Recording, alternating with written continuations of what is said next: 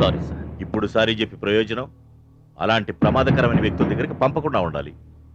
చేతిలో పౌరుంది కదా అని మన ఇష్టం వచ్చిన నిర్ణయాలు తీసుకోకూడదు. మీరు తీసుకున్న ఒక రాంగ్ డెసిషన్ వల్ల ఒక నిండు ప్రాణం బలైపోయింది. మీ అసమర్థతకి ఏం ఎక్స్ప్లెనేషన్ ఇస్తారు? చనిపోయింది ఒక కానిస్టేబుల్, అందుకు నేను బాధపడుతున్నాను. ఈ దేశం కోసం తన ప్రాణాలు త్యాగం చేసినందుకు గర్వపడుతున్నాను. నేనే కాదు, మన దేశ భవిష్యత్తు కోరుకునే ప్రతి పోలీస్ ఆఫీసర్ గర్వపడాలి.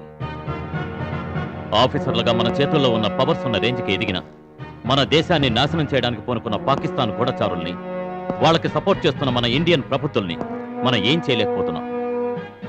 ఎందుకు? అది మన అసమర్థతో చేతకానితనము కాదు. డిపార్ట్మెంట్లో కొంతమంది పోలీస్ ఆఫీసర్లు ఐఎస్ఐ ఏజెంట్లకు అమ్ముడుపోతూ నీతి నిజాయితీ ఉన్న పోలీస్ ఆఫీసర్లని వీక్ చేస్తున్నారు. మనం ఏసీ రూముల్లో బంగ్లాల్లో హాయిగా బతుకుతామనుకుంటే కుదరదు సార్. దేశాన్ని రక్షించడం కోసం పాటుపడాలి. పాటుపడాలి. మిత్రమా, ఈ దేశం కోసం నీ వంతు సహాయం చేశావు. నిజమైన భరతమాత కన్న బిడ్డవని నిరూపించుకున్నావు. నాకన్నా వయస్సులో హోదాలో చిన్నవాడివైనా నీకు చేతులెత్తి సలాం చేస్తున్నాను. జై హింద్.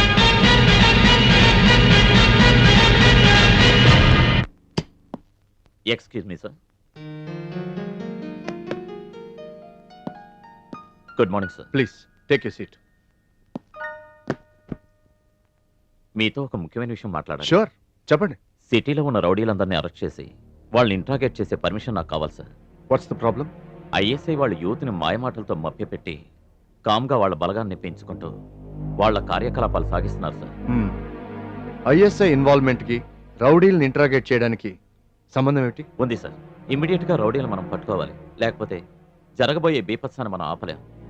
ఈ విషయాన్ని మా పై అధికారులకు చెప్పాను, కానీ ఎవరూ పట్టించుకోవట్లేదు. అందుకే పర్మిషన్ కోసం మీ దగ్గరకు వచ్చాను. ఓ కలెక్టర్గా మాత్రమే కాదు, భారత పౌరుడిగా ఈ దేశాన్ని కాపాడుకోవడం మా బాధ్యత. You can proceed. Wish you all the best. Thank you.